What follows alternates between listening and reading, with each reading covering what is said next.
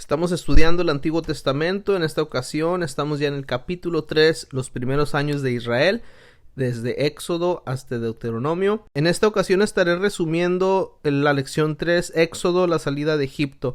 Esta lección tiene 6 puntos. El primer punto es una introducción a la lección. El segundo punto nos habla de los temas y el bosquejo del libro de Éxodo.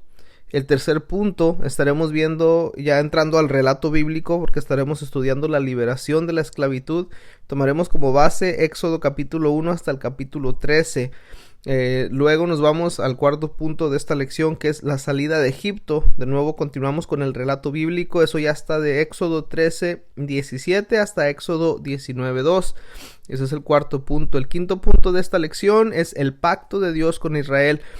Continuando el relato bíblico, lo tomamos desde Éxodo 19 hasta Éxodo 24. Y el sexto y último punto de esta lección será el tabernáculo, de Éxodo 25 hasta Éxodo 40.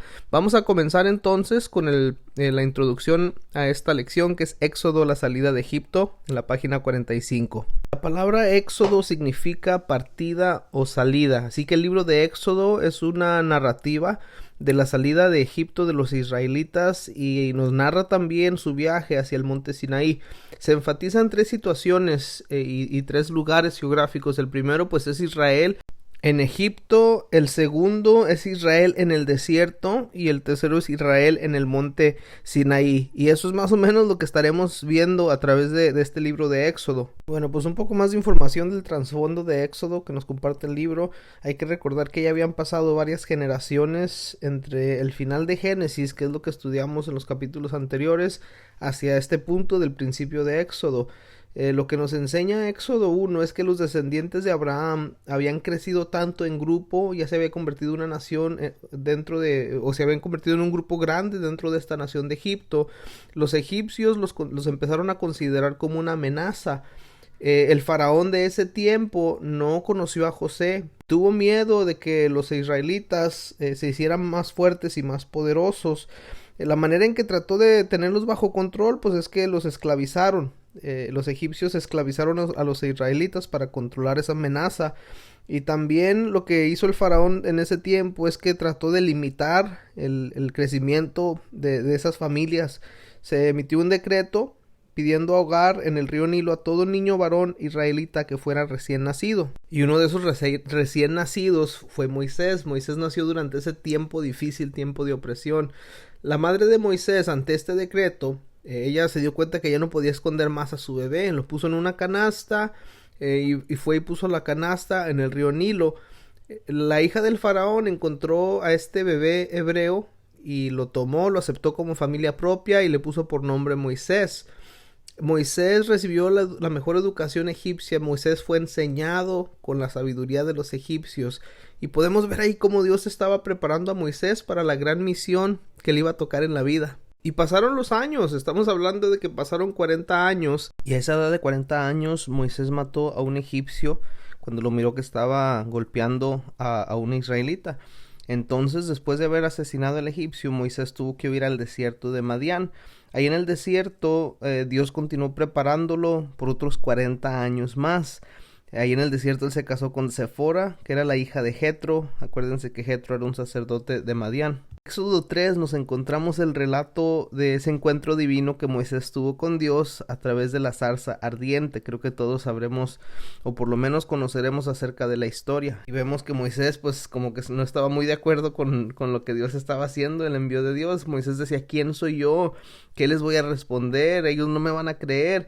Y también llegó a decir Moisés: pues no me envíes a mí, mejor envía a otro. Pero aún con todas sus objeciones, pues sí le agarró ayuda a Moisés, que fue Aarón, pero no le quitó la responsabilidad y el llamado que le había hecho, el llamado de liberar al pueblo, a esta nación de Israel. Muy bien, pues esa es la introducción a esta lección que es Éxodo, la salida de Egipto. Vamos a hablar ahora un poquito de los temas y el bosquejo de Éxodo. Esto ya seguimos en la página 45 todavía. Los temas principales que nos encontramos en el libro de Éxodo son acerca de la liberación, del pacto y del misterio divino. Dios liberó al pueblo a través de un líder humano necesario que era Moisés. Pero no hay que perder de vista que aquí la persona clave otra vez vuelve a ser Dios, porque la verdadera historia es la obra redentora de Jehová a través de liberar a Israel de la esclavitud en Egipto y también al establecer un pacto único de relación con esa nación de Israel. El bosquejo lo podemos dividir en 4 secciones principales. La primera de ellas es Dios liberando a Israel de la esclavitud, donde lo encontramos desde Éxodo 1 al 13. La segunda sección es de Egipto a Sinaí, que es el camino de Egipto a Sinaí. Encontramos eso en Éxodo 13 al 19. La tercera sección es el pacto de Dios con Israel, Éxodo 19 hasta el 24. Y la última sección en la que podemos dividir Éxodo es el tabernáculo, Éxodo 25 al 40. Y así en ese mismo orden del bosquejo, pues vamos a estar estudiando esta lección. Ponga mucha atención a los detalles de cada uno de estos eventos. Ponga mucha atención a los detalles del Éxodo o la salida.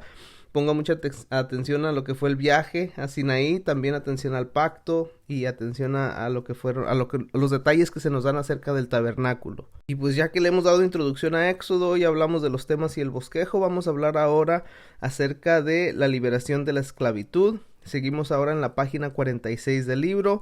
Y en la Biblia pues nos vamos a estar basando de Éxodo 1 al 13 para estar hablando de la liberación de la esclavitud.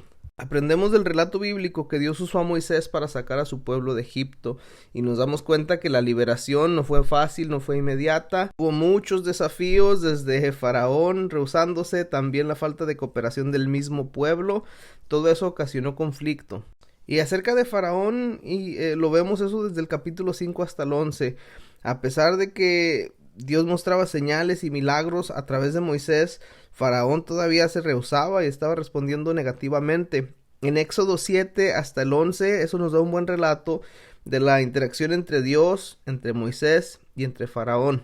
Dios prometió castigar a Egipto y Faraón reaccionó. Se comenzaron a cumplir los juicios divinos por medio de las plagas. Y otro recordatorio, no hay que perder de vista esto: Dios es el que realizó los milagros. Moisés era el instrumento humano que Dios estaba usando. Moisés obraba en poder milagroso cuando Dios hablaba. Y eso nos hace ver que Dios es el Señor sobre la historia, por encima de todo el soberano Dios. Así que ni la aflicción de Israel ni las plagas de Egipto estaban fuera del control de Dios. Faraón, los egipcios y todo Israel iban a mirar el poder de Dios. Bueno, ya dijimos que de Éxodo 5 al 11 empezamos a ver las plagas. La última plaga la encontramos en Éxodo 12 y hay una sección en el libro que se llama la Pascua. Antes de la última plaga, Dios da una orden a los israelitas, les dijo que pusieran sangre de cordero en el marco de las puertas de su casa. Cuando el ángel de la muerte se paseara por aquel lugar, iba a ver la sangre que estaba en los marcos de las puertas y se iba a brincar o iba a pasar por alto las casas de los israelitas. Solamente iba a llegar a las casas egipcias donde no hubiera sangre en los postes de la puerta. Y esa noche murió el primogénito, el hijo mayor de cada una de las familias egipcias. Y esta siendo la última plaga, pues Dios les había hecho saber que estuvieran listos porque iban a salir en cualquier momento. Su liberación ya estaba por hacerse realidad. Y se les dio al pueblo de Israel una instrucción que cada año hicieran una fiesta llamada Pascua. Y tienen un muy grande significado. Hay que recordar, los israelitas pues obedecieron a Dios, sacrificaron un cordero, comieron la carne del cordero y pusieron la sangre en los postes de las puertas y de esa manera ellos fueron salvados. Los corderos habían muerto en lugar de los hijos y eso lo que está haciendo pues sirve como ese modelo bíblico de redención. La sangre inocente fue vertida para que la vida humana pudiera salvarse. Y de esa manera concluimos este punto de la liberación de la esclavitud. Ahora vamos al siguiente punto. En la página 47 vamos a estar viendo la salida de Egipto, que nos va a estar narrando el viaje desde Egipto a Sinaí. Esto lo encontramos en la Biblia en Éxodo capítulo 13 hasta el capítulo 19. Ahí aprendemos al comienzo de esta narrativa que Dios instruyó a Moisés que se fueran por otra ruta. Yo creo que conocido, era obvio que Faraón iba a mandar a que se siguieran a los israelitas. Por ese motivo no se tomó el camino más corto. Había un camino más corto que era por la costa del mar Mediterráneo.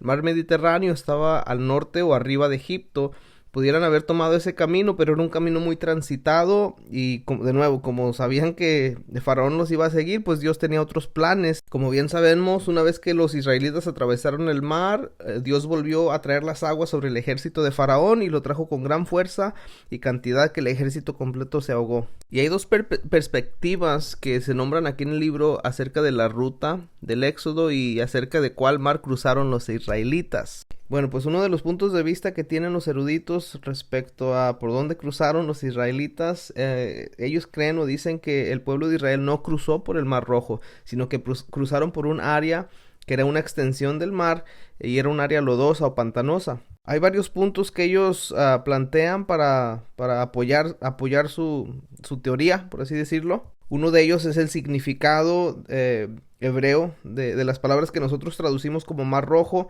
En el hebreo, literalmente, esas dos palabras significan mar de cañas. Eso es uno de los argumentos que ponen, que ellos literalmente pues significa el mar de cañas, se está refiriendo a una extensión de aguas lodosas o aguas pantanosas. Y otro punto que ellos usan para aportar hacia esta teoría, pues dicen que Dios hizo rodear al pueblo por el camino del desierto porque el camino costero estaba fuertemente fortificado con guarniciones egipcias. Y ellos tuvieron que tomar el camino hacia el Mar Rojo. Ya dijimos que en el castellano, en español es Mar Rojo. Las palabras del hebreo son Yam Suf. Suf significa caña o papiro. Nada más una notita ahí por si se le había olvidado el papiro. Espero que no le esté fallando el acento, pero el papiro era una caña de donde se sacaba el material que se utilizaba como papel en aquel tiempo para escribir. Papiro era una caña, entonces también es eso, caña. Dicen que la mejor traducción sería que se dirigieron hacia el mar de caño, el mar de las cañas. Así que como el hebreo pues decía mar de caño, mar de las cañas, los eruditos creen, los que tienen este punto de vista, creen que probablemente era un lago de agua pantanosa o agua lodosa, que era agua fresca, donde se podía sustentar el brote del papiro. Cuando usted abre el mapa y en una oportunidad que tenga, busque en el mapa el Mar Rojo, y si se va hacia el norte del Mar Rojo se va a dar cuenta que hay dos divisiones. Uno se va inclinándose más hacia la izquierda y otra hacia la derecha, y esto es para arriba del mapa. Son dos golfos que se crean. El golfo de la izquierda, que es el golfo Suez, ese golfo también va a continuar y se convierte en varios lagos. Creo que son dos lagos. Uno de ellos es el lago de aguas amargas, y conforme sigue más hacia el norte también está el otro lago, que es el lago Timas. Lo que creen estos eruditos es que esta área es una área, o este lago, el lago Timas, es el único lago con aguas frescas, y creen ellos que pues se sitúa muy bien o cae muy bien con el testimonio de las escrituras. Para resumir todo esto que les dije y que leemos del libro, pues los eruditos, este punto de vista es que no cruzaron el Mar Rojo, sino que cruzaron otra área, que era un área conocida como el Mar de Cañas, un área pantanosa, lodosa, con aguas frescas, donde se daba el brote del papiro, por eso se le conocía como el Mar de Cañas. Y se apoyan otra vez también a la traducción de las palabras Yam Suf, que es mar y caña. Y el otro punto de vista que nos menciona el libro es el que comparte el erudito Leon Wood.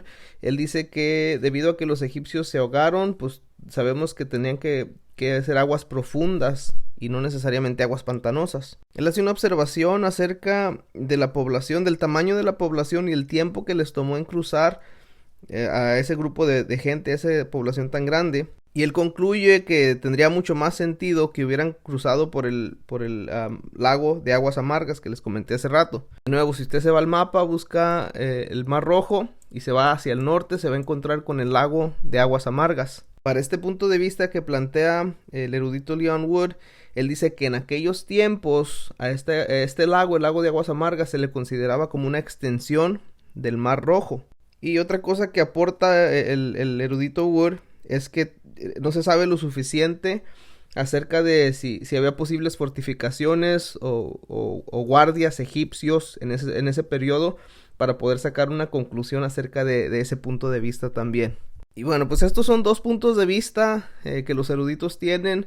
No han llegado a una conclusión, no han podido ponerse de acuerdo en esa parte, pero hay algo que sí sabemos. Ambas perspectivas, yo creo que hay evidencia y también falta responder algunas preguntas para que sean serias, para que sean considerables.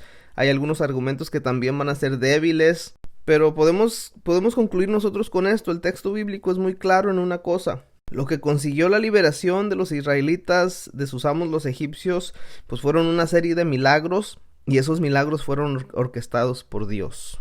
Y muy bien, pues ese fue el punto acerca de la salida de Egipto.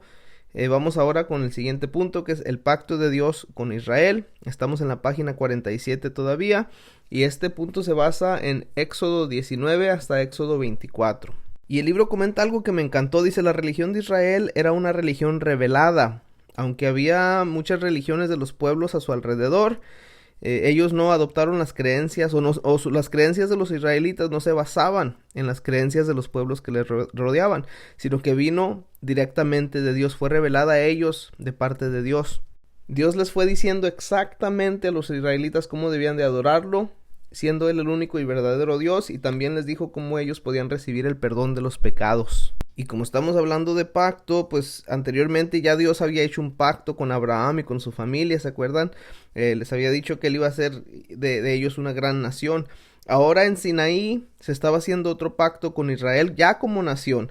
Había sacado Dios a Israel de Egipto, y Dios deseaba que Israel fuera una nación santa para poder Él realizar un propósito de salvación para todas las naciones. O sea que a través de ellos se echaría a andar el plan de salvación para todo el mundo de parte de Dios. Y la única manera para que Israel tuviera una relación correcta con Dios era por medio del pacto que iba a establecer entre Dios y ellos. Y un punto importante y bien hermoso: yo creo que una relación de pacto es muy diferente al legalismo.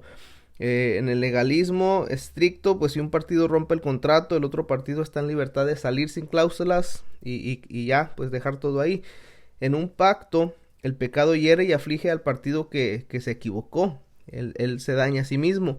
Pero el pacto, sin embargo, pues continúa mientras que el iniciador, en este caso Dios, lo quiera. Nos damos cuenta que estos eventos, tanto el éxodo o la salida de Egipto y la entrega del pacto, se ven como el punto crucial del Antiguo Testamento entero. Y les repito lo que dije hace ratito: este no era un pacto que hacía que Israel fuera el pueblo del Señor. Eso ya había sido cumplido mucho antes a través del pacto de Dios con Abraham. Más bien lo que estaba haciendo este pacto, el pacto a punto de ser implementado, le iba a dar a Israel la oportunidad de ser el pueblo de siervos de Dios. Ellos iban a ser el canal o el instrumento usado por Dios, a través del cual Dios iba a comunicar, iba a transmitir también su programa redentor al mundo entero. Y como parte de ese pacto que Dios estaba estableciendo con ellos, les comunicó los 10 mandamientos, o más bien le comunicó los 10 mandamientos a Moisés, y Moisés se le dieron las instrucciones de ir y compartir eso con el pueblo. ¿Cuál pudiéramos decir que fue el propósito de los 10 mandamientos? Pues fueron instrucciones dadas para proteger al individuo y también proteger a la nación. Otra cosa que podemos decir era para prevenir las injusticias y el trato injusto a otros. Y el libro hace una muy bonita comparación, creo un poquito de política ahí. Los 10 mandamientos eran como la constitución de una nación, y las leyes restantes, las leyes que vendrían más adelante, eran las enmiendas o las clarificaciones, de los mandamientos. Estos 10 mandamientos eran únicos porque requerían el monoteísmo, la adoración al único y verdadero Dios. Pero pues como bien sabemos, la historia del pueblo de Israel, muchas veces ellos quebraron esa parte, muchas veces fueron en contra de lo que Dios les había pedido. El mejor ejemplo: cuando Moisés estaba en el monte recibiendo las tablas y las instrucciones para el tabernáculo, el pueblo de pronto se empezó a inquietar, violaron el primero y el segundo mandamiento, le empezaron a pedir a Aarón un Dios visible para poder adorarlo. Aarón accedió y rápidamente pues les hizo un becerro de oro. Ellos tuvieron una fiesta, se arrodillaron ante el becerro, lo reconocieron como el Dios que los sacó de Egipto, y el acto ese pues traicionó el centro del pacto. Y ellos pues al romper su promesa de obediencia les tocó sufrir las consecuencias por su pecado. El Señor, ¿se acuerdan que los castigó con una plaga? Pero no obstante, pues a través de la intercesión de Moisés y también la propia gracia de Dios, vimos que el Señor restauró su relación de pacto con el pueblo. Bueno, pues ese fue el punto acerca del pacto de Dios con Israel. Vamos ahora a hablar del tabernáculo. Estamos en la página 49 del libro. El tabernáculo está basado en Éxodo 25 hasta Éxodo 40. ¿Y qué era el tabernáculo? Pues el tabernáculo era una tienda móvil o una tienda transportable, como una grande casa de campaña transportable. Simbolizaba la presencia de Dios en medio de su pueblo. Servía también como un santuario donde los israelitas iban y presentaban sus oraciones, ahí ellos presentaban sus sacrificios y ahí presentaban sus alabanzas a Dios. En algunas partes de la Biblia encontraremos que se le llamaba también el tabernáculo de reunión. El tabernáculo o esta tienda, transportable tienda móvil, tenía una forma rectangular. Las medidas eran de 45 pies de largo, 15 pies de ancho y 15 pies de alto. Tenía dos divisiones principales ya dentro de este triángulo del tabernáculo en sí. Tenía dos divisiones principales conocidas como el lugar santo y el lugar santísimo. En algunos lugares veremos que se le llama el santo de los santos. La entrada al lugar santo estaba al lado este, y el sacerdote cuando entraba por la mañana entraba con el sol creciendo. Había una cortina o un velo grueso que separaba el lugar santo del lugar santísimo.